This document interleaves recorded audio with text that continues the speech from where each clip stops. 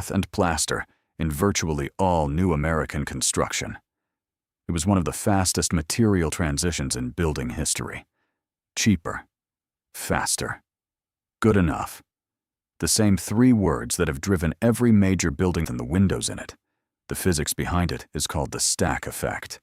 Warm air rises inside your house, finds escape routes through the ceiling and upper walls, and exits.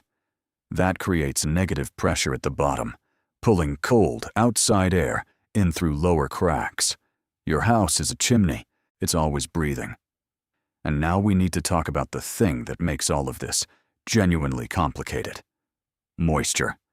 Because moisture management inside walls is the single most misunderstood vårbornobisar and most consequential horse aspect of residential construction. Warm air holds more moisture than cold air. When warm, humid air from inside your house travels through the wall and hits the cold exterior sheathing, the temperature drops below the dew point. Water condenses inside your wall, where you can't see it. Asbestos isn't the only hazard hiding in older walls. Lead paint, used in American homes until it was banned in 1978, is present in about 87 million homes. It's not inside the wall cavity. It's on the wall. Every layer of paint on pre-78 trim, and here's the paradox that building science is still grappling with. The tighter you build a house for energy efficiency, the more you trap indoor pollutants. An energy-efficient house without mechanical ventilation is a sealed box full of chemicals. You've solved the energy problem and created a health problem. First, know when your house was built. The decade tells you an enormous amount. Pre-1940, possible lath and plaster, knob and tube wiring, no insulation. 1940 to 1978, possible asbestos, lead paint, aluminum wiring, minimal insulation. Post-2002, modern code standards. Remove the cover plate from an outlet on an exterior wall. Look at the wiring for. Copper is orange-brown. Aluminum is silver-gray. Feel for air movement. Hold a lit incense stick near the opening. If smoke moves, air is leaking through the wall from outside. A $3 outlet gasket stops it. Fifth, a recore. And this is the best investment I can recommend. A typical American wall has 7 layers. Siding, sheathing, house wrap, insulation, a vapor retarder, drywall, paint. Each one has a job, and when any one of them fails, it takes the others down with it. We're going to walk through every layer. I'll show you what's probably inside your walls right now, what it's doing, and most importantly, what it might be doing wrong. By the end of this, you'll know more about your home than most contractors assume you ever will. Material shift in America. But drywall did something that lath and plaster never did. It created a perfect visual barrier, a smooth, white surface that hid everything behind it. The homeowner could no longer see what was in their walls. And that invisibility changed the relationship between people and their homes forever. Insulation is measured in R value, resistance to heat flow. Higher R value means better insulation. A typical 2x4 wall cavity with fiberglass bats gives you R13. A 2x6 wall, R19. Modern energy codes in cold climates, every electrical outlet, every pipe, every wire that runs through a wall cavity compresses or displaces the fiberglass. A 1-inch gap at the edge of a bati can reduce its effective R value by 50%. The Department of Energy estimates that air leakage accounts for 25 to 40% of the energy used for heating and cooling in a typical American home.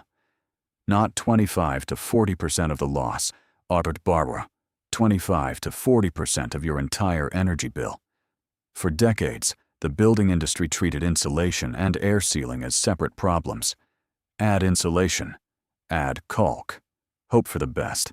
It took building science 30 years to understand that they're the same problem. The wall is a system. Treating any single layer in isolation doesn't work. I've seen the damage. Walls in the southern United States with interior vapor barriers that have become mold factories. Perfectly installed insulation. Perfectly installed vapor barrier. In the wrong climate zone. The builder followed the instructions. The instructions were wrong for the location. If your home was built between 1940 and 1980, it may contain asbestos-containing materials. The critical word is may. You cannot identify asbestos by looking at it. Only laboratory testing can confirm its presence. And the single most important rule is this: if you suspect it, don't touch it. The difference between a wall that lasts 50 years and one that fails in 10 is not the brand of insulation or the thickness of the drywall. It's the relationship between the layers of wall, whether they work together or against each other. Wall failures are system failures, not material failures. In 1950, a builder needed a hammer, a saw, and experience. In 2025, a builder needs those plus a blower door, a thermal camera, and an understanding of psychrometrics. Drywall are America's largest invisible infrastructure. I want to tell you about a conversation that changed how I think about all of this. I sat down with a building scientist, a researcher who has spent 25 years studying wall failures. What she told me was not what I expected. We've been discussing. The cutting edge of building science is moving toward walls that monitor themselves. Embedded moisture sensors, temperature tracking, real-time data on drying rates. Imagine knowing that your wall is wet before the damage starts. The technology exists. The cost is dropping. A pre-drywall thermal scan can identify missing insulation, air bypass paths, and thermal bridges before they're hidden forever. Once the drywall goes up, these defects become invisible. They stay invisible for decades. They affect your energy bills, your comfort, and your health for as long as you own the house. There are only 3 times you'll ever see inside your walls. During new construction before the drywall closes, during a renovation when you open them intentionally, or during a failure when water, fire, or damage forces them open. The first 2 are opportunities. The third is an emergency. If you're buying the conversation most builders never have with buyers is, for $3 to $5 more per square foot, I can build you a wall that uses half the energy, won't develop moisture problems, and will have significantly better indoor air quality. That conversation would change the market. It rarely happens. Wire home energy scores a rating that makes the invisible performance of a house visible at the point of sale. When energy performance becomes visible, it becomes valuable. When it becomes valuable, builders will build to it. The auditor gives you a prioritized list. Fix the attic air sealing first. Biggest impact. Add attic insulation second. Air seal the rim joist in the basement third. Every dollar has a measured return. No guessing. Just data. For wall insulation upgrades in existing homes, dense pack cellulose injection is the most practical option. Small holes are drilled in the exterior siding or interior drywall. Cellulose is blown in under pressure. Holes are patched. The wall goes from empty to R13 with minimal disruption. Here's the checklist by decade. If your home was built before 1950, have an electrician evaluate for knob and tube wiring. Before 1978, test for asbestos and lead before any renovation. Before 1985, check for aluminum wiring and Federal Pacific panels. Before 2000, almost certainly under-insulated. If you're building new or doing a major renovation, consider embedded moisture sensors. They cost about $50 per sensor. Placed inside walls at vulnerable locations, near bathrooms, below windows, at the base of exterior walls, they can alert you to moisture events before damage occurs.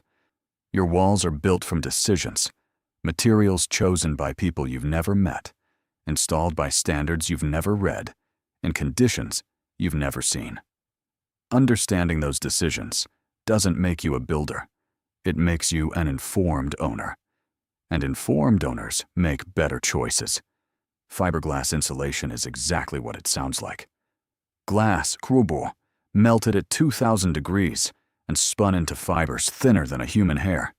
Millions of those fibers, loosely packed, trap air. And trapped air is one of the best insulators known to physics. Undisturbed asbestos in your walls is not an immediate health risk. The fibers become dangerous when they become airborne. During renovation, demolition, or deterioration. A single asbestos fiber is about 700 times thinner than a human hair.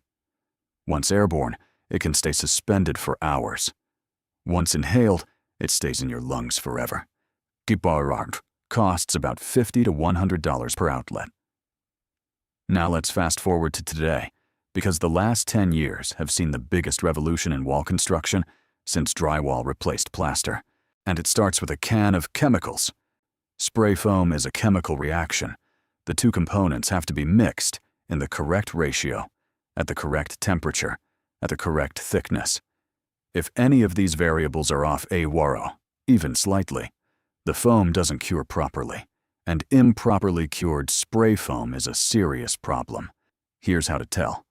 Properly cured closed-cell spray foam is uniform in color. Pale yellow or light green. Stro, with no dark areas, no fishy or chemical smell, and full adhesion to every surface. If you see dark discoloration, gaps between foam and studs, or smell anything after 24 hours, the smartest wall assemblies being built today use a combination approach. Continuous exterior insulation over the sheathing, eliminating thermal bridging.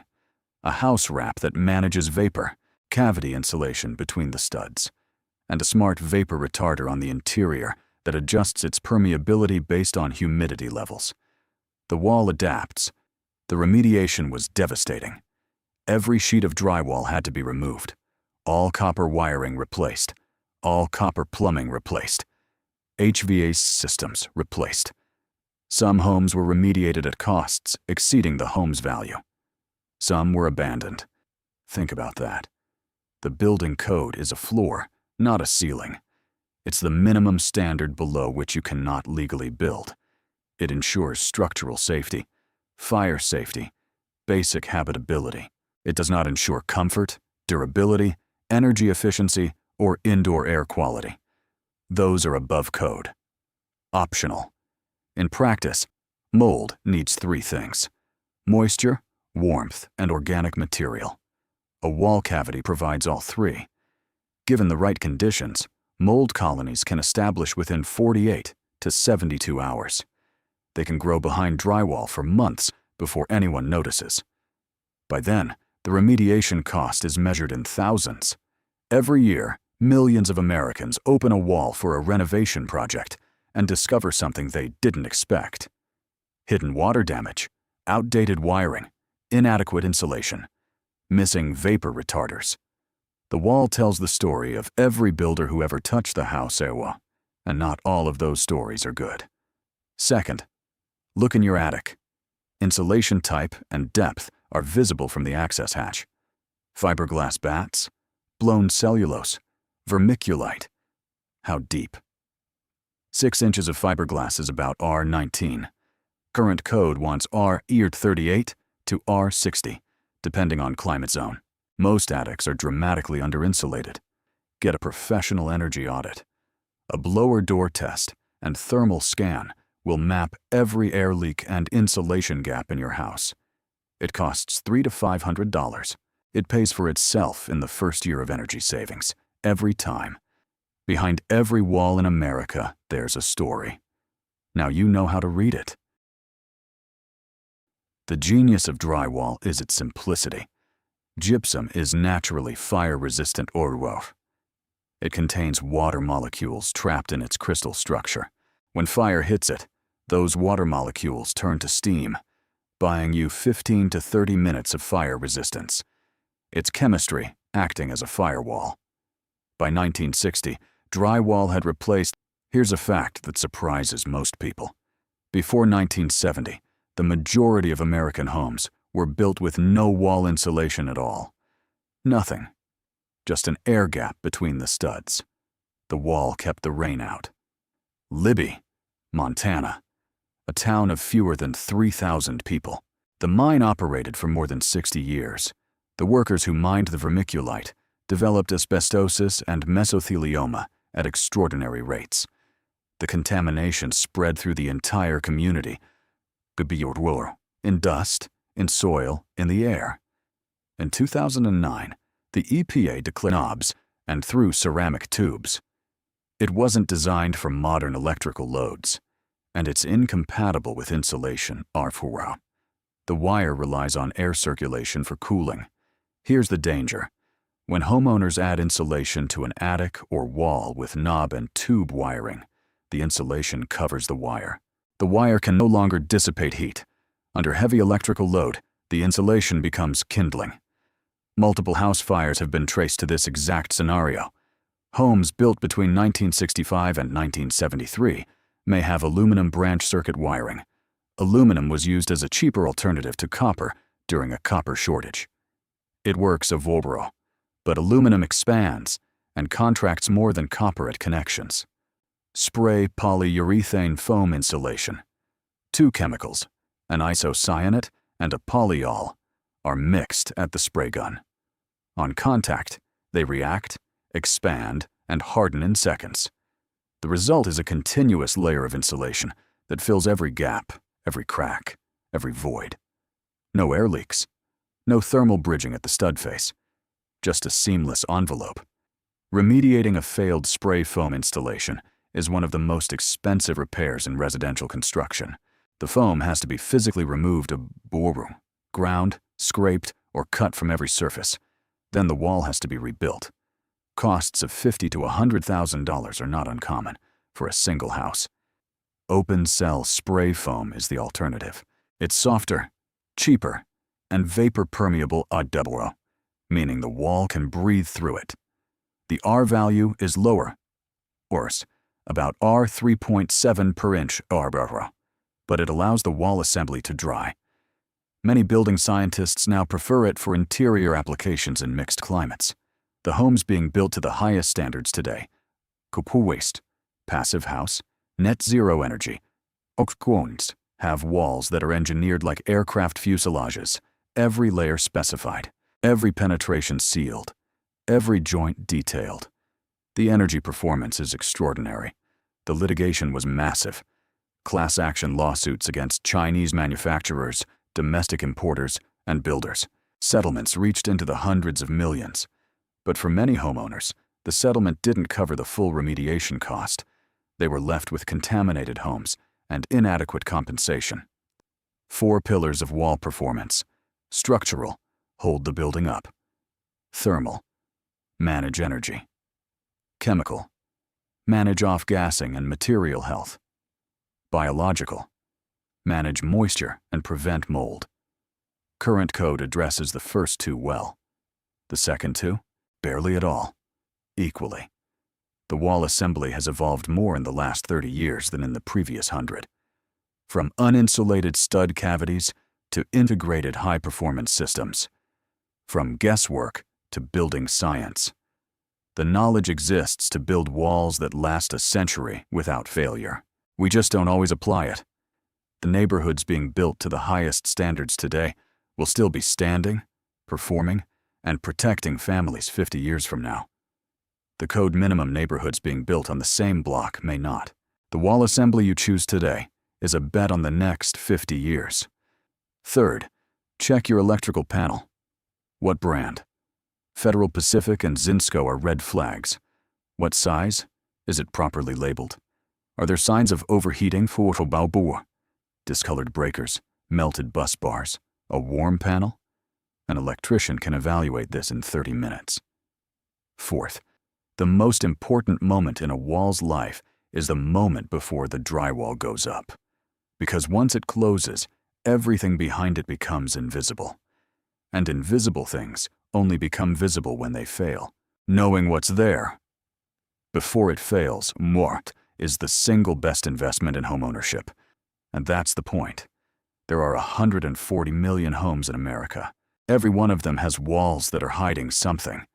Most of it isn't dangerous. Most of it is just old, or inadequate, or the best that was available at the time. But knowing what's there changes everything about how you maintain, improve, and protect. Last month, they decided to remodel their bathroom. The contractor cut into the wall. He stopped. He put down his tools. And he said 3 words. You need to see this. The materials inside American walls have changed dramatically over the past 80 years. Some of those changes were brilliant. Some were catastrophic. And the house you're living in right now contains a specific combination that tells the story of the decade it was built. Would push wet plaster through the gaps in the lath strips. As it squeezed through and hardened on the other side, it formed mechanical keys, tropobomb, like tiny mushrooms locking the wall together. A lath and plaster wall is about 1.25 inches thick, nearly double a modern drywall sheet. It's harder, heavier, more soundproof, and more fire-resistant. And it took a skilled worker 2 to 3 days to plaster a single room. After World War II, everything changed. In 2001, the International Agency for Research on Cancer reclassified certain glass fibers as possibly carcinogenic to humans. The industry disputed the classification. The science is still debated, but the workers who installed it for 20 years without masks aren't debating. They're living with the consequences. If you're finding this useful, subscribe. We investigate a different part of your home every week. I'm Bawantor. And every episode changes how you see the place you live. Takes 2 seconds. Want R20 or higher. Here's the problem. Most American homes were built before current energy codes. About 70% of the housing stock was built before 1990, which means 70% of American homes are insulated to a standard that would fail today's building code. Your house is almost certainly one of them. Even in a properly insulated wall, there's a phenomenon called thermal bridging. The wood studs conduct heat about 4 times faster than the insulation between them. Every 16 inches, your wall has a thermal shortcut that your insulation can't fix. Studs occupy about 25% of a typical wall's area. That thermal bridging reduces your wall's effective R value by 15 to 20%. The insulation between the studs might be R13. Your wall's actual performance, closer to R10. It gets worse. Fiberglass bats only work at their rated R value when installed perfectly up. Full contact with the air barrier on both sides. No compression, no gaps. In the real world, that almost never happens. Where does the air go? 30% escapes through the attic, 20% through walls, 15% through the basement or crawl space. Your windows, the thing everyone blames a barf, account for about 10%. The wall itself is a bigger problem. It works, mostly. But here's where it gets interesting. In a hot, humid climate, Florida, Texas, the Gulf Coast, the vapor drive reverses. Moisture pushes inward from the hot exterior. If you put a vapor barrier on the inside of the wall, you're trapping moisture inside the cavity. The very thing designed to protect your wall is now destroying it. Asbestos, a naturally occurring mineral with an almost impossible combination of properties. It's fireproof. It's an excellent insulator. It resists chemicals, electricity, and rot. It's flexible enough to weave into fabric, and it was cheap. For 100 years, the building industry used it in everything. Professional asbestos abatement is expensive. Full containment, negative air pressure, specialized disposal. For a homeowner, the cost can run from $3,000 to $15,000, depending on the material and area. But the alternative, uncontrolled exposure during a DIY renovation, is a risk that no cost-benefit analysis justifies. Windows and walls may contain lead. While we're inside the walls, let's talk about what else is hidden in there. In homes built between 1950 and 1985, you may find Federal Pacific or Zinsco electrical panels on brands with documented histories of breaker failures. Breakers that don't trip during overloads. The result? House fires. Homes built before 1950 often have knob and tube wiring of work, an early electrical system where individual conductors are run along ceramic. In theory, spray foam solves every problem fiberglass has. No gaps, no compression, no air leakage. The R value per inch is higher huko R6 to R7 for closed cell, compared to R3 for fiberglass. And it doubles as an air barrier and vapor retarder. One product, 3 jobs. This is the part I didn't see coming. And if you're finding these investigations valuable, subscribe. The next one goes somewhere even more unexpected. A home built to passive house standard uses about 90% less energy for heating and cooling than a typical 1970s house. 90%. The wall assembly alone accounts for about half of that improvement. The science works. The question is cost. Building to passive house standard costs about 15 to 25% more than code minimum. Over a 30-year mortgage, the monthly energy savings typically exceed the additional mortgage payment. The house pays for its own upgrade, but the upfront cost keeps most builders at the minimum. Before we move to solutions, there's one more around the world. After Hurricane Katrina, the rebuilding demand for drywall exceeded American production capacity. Millions of sheets were imported from China. They looked identical to domestic drywall. They installed identically. But they were not identical. Standing inside a wall, surrounded by all these materials, all these decisions, all these potential failure points above, you start to understand why building science matters. Every layer is a decision. Every decision has consequences. And those consequences play out over decades. She said, "The biggest problem with American walls isn't the materials. It's the code. The building code tells you the minimum, and the minimum is what gets built.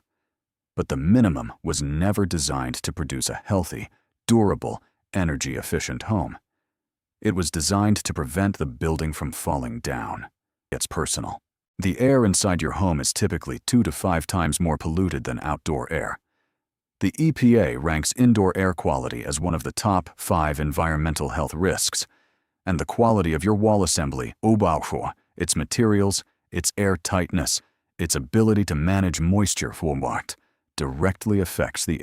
In Germany, where the passive house standard originated, mechanical ventilation with heat recovery is mandatory for any certified building.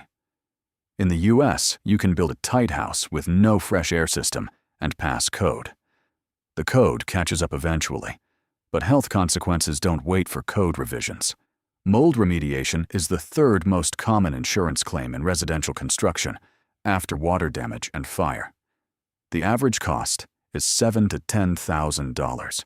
Severe cases can reach $50,000, and most of it traces back to a wall assembly that couldn't manage moisture. Exactly the failure.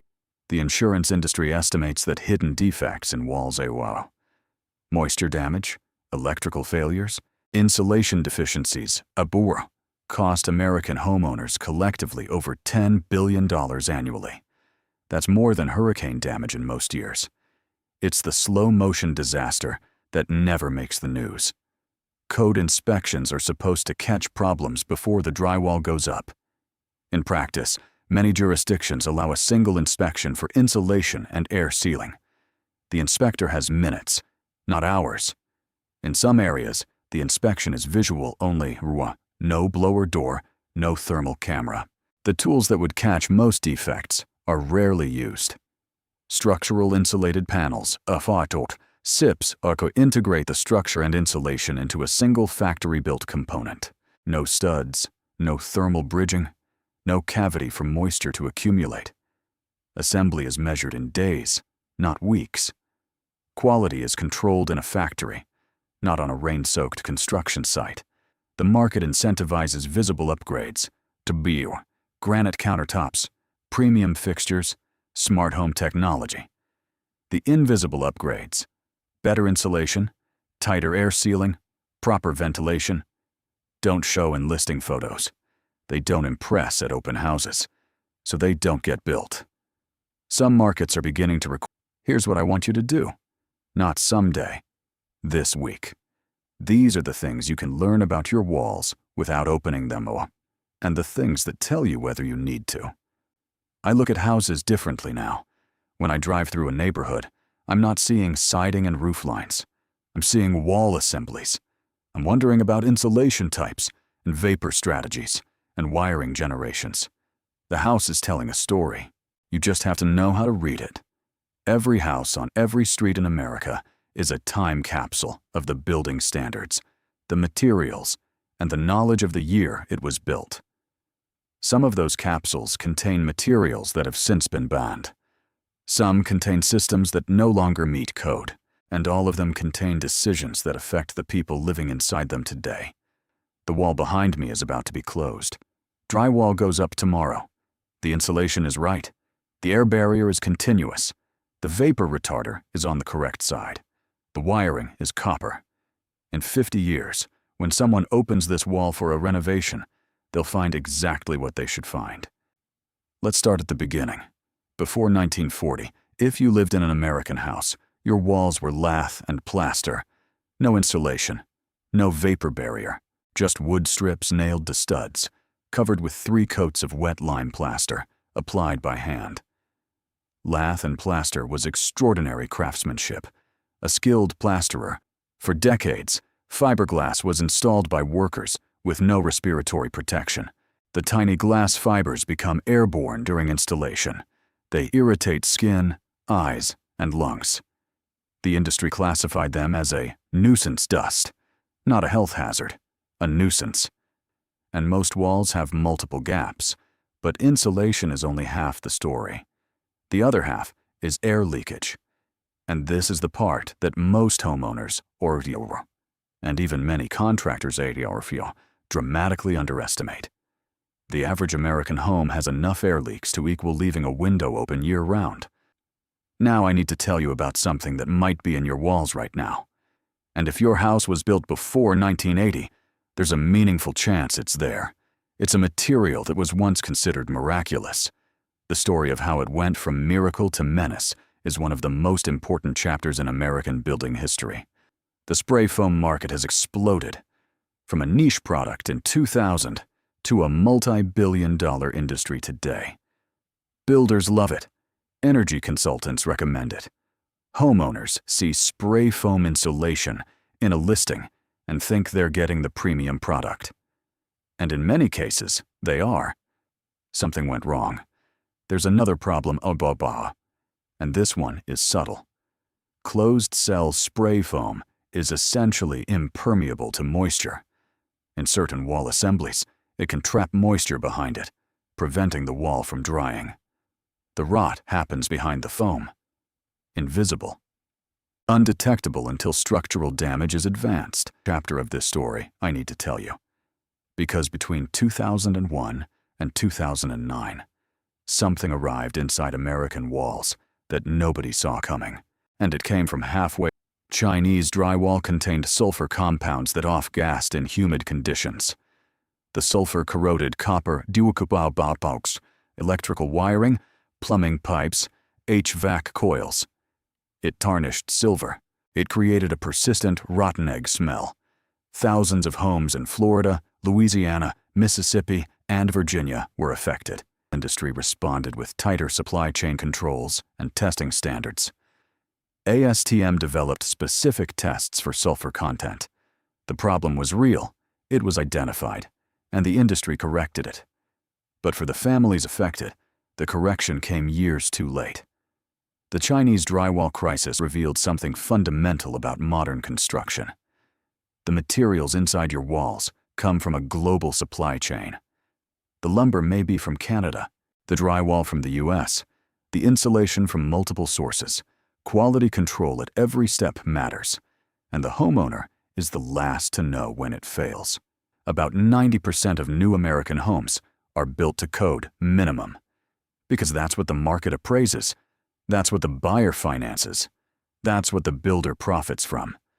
The gap between what we know how to build and what we actually build is the central tension of American residential construction. Here's where you breathe. The materials inside your walls off-gas volatile organic compounds for months or years after installation.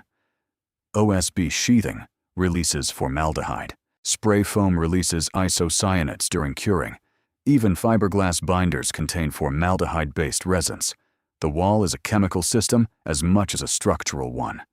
Third-party inspection services, independent of the builder, and the code inspector, are available in most markets. They use thermal imaging, moisture meters, and blower door tests to evaluate the building envelope before the drywall closes. It costs a few $100s. It prevents thousands in future damage.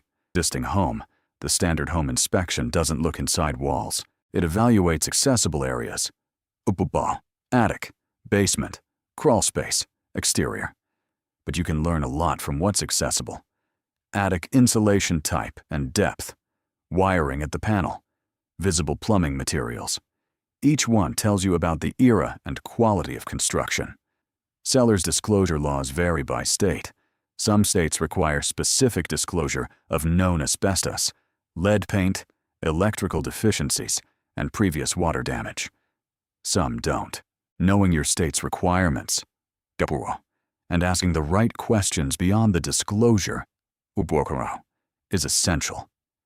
The cost difference between a code minimum wall and a significantly improved wall is about $3 to $5 per square foot. On a 2,000 square foot house, that's $6,000 to $10,000 total. Spread over a 30-year mortgage, about $20 to $30 per month. This house looks perfectly normal from the outside. 3 bedrooms, built in 1978. Nice neighborhood. The family has lived here for 12 years. 14 million soldiers came home. They needed houses. Fast. And the building industry had to find a way to build walls without waiting for skilled plasterers who were in desperately short supply. The answer was, that was considered sufficient. That changed in 1973. The OPEC oil embargo quadrupled energy prices overnight. Suddenly, heating an uninsulated house became painfully expensive. For the first time in American building history, energy efficiency became a priority, and the insulation industry exploded. Today, proper fiberglass installation requires respiratory protection, eye protection, and full-body covering. The material hasn't changed. Our understanding of its risks has. If you have fiberglass in your walls right now, and you almost certainly do, it's contained behind drywall. It's not a hazard unless disturbed, but it's there. A thermal camera doesn't lie. This is what a poorly insulated wall looks like in infrared. The blue areas are heat escaping, pouring through every gap, every stud, every connection point. Your heating system is fighting a wall that's bleeding energy. A blower door test pressurizes your house and measures how much air leaks out. In a typical American home built before 2000, the air change rate is alarming. The house is breathing through every crack, seam, and penetration in the building envelope. The solution, starting in the 1970s, was the vapor barrier, a sheet of polyethylene plastic on the warm side of the wall, between the insulation and the drywall. The idea was simple. Stop moisture from getting into the wall cavity. And in cold climates, pipe insulation, floor tiles, joint compound, textured ceilings, roofing shingles, siding, even the tape used to seal ductwork. In a home built between 1940 and 1980, asbestos could be in a dozen different locations. Some of them inside your walls. A public health emergency in Libya, Darfur, only the second time in American history. Hundreds of residents had died or were dying from asbestos-related disease, and the vermiculite they'd mined had been shipped to American homes across the country for decades. Over time, connections loosen. Loose connections generate heat. Heat starts fires. The Consumer Product Safety Commission found that homes with aluminum wiring are 55 times more likely to have fire hazard conditions at outlets and switches than homes with copper. 55 times. The fix, specialized connectors, called copolymer crimp connections, living space. The isocyanate component, MDI, is a known respiratory sensitizer. In properly cured foam, it's fully reacted and inert. In improperly cured foam, Free MDI can off-gas for months or years. Once sensitized, even tiny exposures can trigger severe asthmatic reactions. There is no cure for isocyanate sensitization.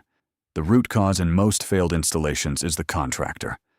Spray foam application is a skilled trade for torfuatad, but the barrier to entry is low.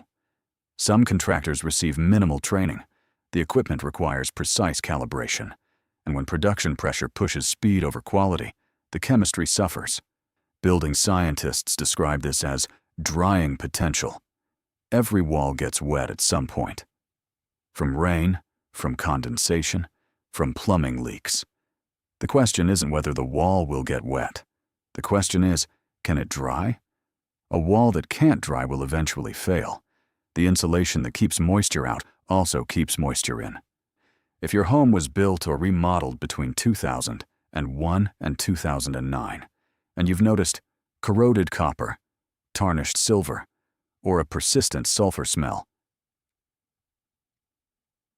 testing is available. The copper coil test is the standard screening method. It's not expensive, but the answer can be the American drywall invisibly behind drywall. Your wall breathes. It absorbs moisture in summer and releases it in winter. It expands and contracts with temperature. It's subjected to wind pressure, rain, and UV degradation. A wall is not a static barrier. It's a dynamic system responding to forces that never stop. Building science gives us 3 rules in order of priority. First, control water. Keep rain out. Second, control air. Stop uncontrolled air leakage. Third, control vapor. Manage moisture diffusion. Get these 3 right, and almost any wall assembly will perform well. Get any one wrong, and the others can't compensate. The science of moisture in air. The craft hasn't gotten simpler, it's gotten much more complex. There are about 140 million housing units in the United States. Each one has walls built to the standards and knowledge of its era. The accumulated decisions inside those walls, or the insulation choices, the vapor strategies, the wiring types, the solution is mechanical ventilation for both. An HRV, or ERV, that continuously exchanges stale indoor air for filtered outdoor air while recovering the energy from the exhaust air. It's not expensive, it's not complicated, and it's not required by most building codes, so most homes don't have one. Consider this. Your doctor uses blood tests, imaging, and diagnostic instruments to understand what's happening inside your body. Your building inspector uses his eyes and a flashlight. The asymmetry between how we diagnose buildings and how we diagnose people is extraordinary. Standing in a room with no drywall, you see the house as it really is. A skeleton of wood, a nervous system of wires, arteries of plumbing, a skin of insulation. It's a living system disguised as a box, and the drywall hides everything the brilliant and the broken. Some of the most innovative wall systems today eliminate the stud cavity entirely. Mass timber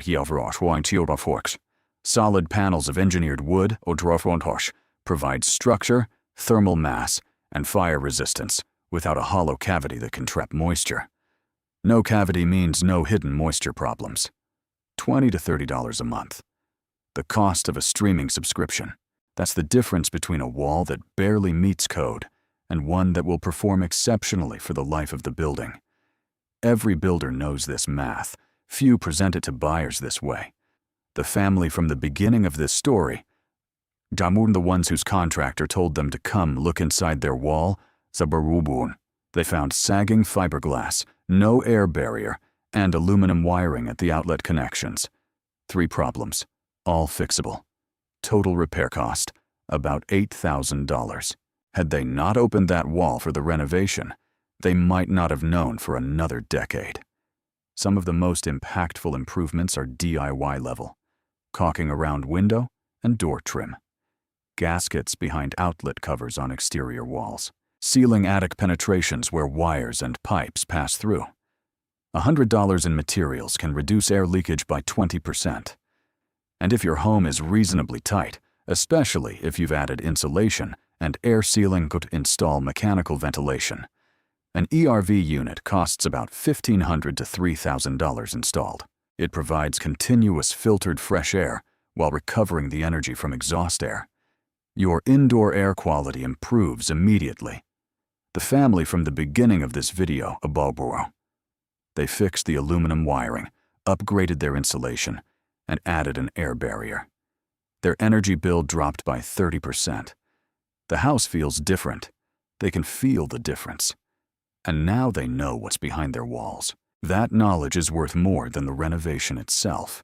Has to come from the homeowner. You have the right to know what's inside your walls. Not as a homeowner privilege, as a basic expectation. The information is there. The testing is available. The improvements are proven. What's been missing is the conversation. Consider this the start of that conversation. I've spent the last 3 months investigating what's hiding inside American walls, and what I found made me look at my own house completely differently. Because here's the thing, Abuakwa. You've probably never seen the inside of your walls. Most homeowners live their entire lives surrounded by materials they've never seen, chosen by people they've never met, installed by standards that may no longer apply. The wall is the biggest blind spot in homeownership. The product that filled that demand was fiberglass bat insulation. Owens Corning's Pink Panther became one of the most recognizable mascots in building materials. By 1980, pink fiberglass was in virtually every new American home, and nobody was asking what it was actually made of. The complaints started appearing on consumer forums around 2012. Strong chemical odors that wouldn't dissipate. Headaches. Respiratory irritation. In some cases, families were forced to leave their homes. The spray foam in their walls was off-gassing, releasing unreacted chemicals into the researcher told me. We keep having the wrong conversation. The question isn't whether to insulate or air seal. The question is, what is the wall supposed to do?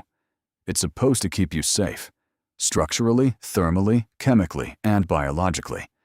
And we're not designing to all 4 of those. There's something almost philosophical about this. We spend our lives inside walls built by strangers, made of materials we've never questioned, assembled to standards we've never read. The most intimate space in our lives, our home, contains more unknowns than most of us ever realize.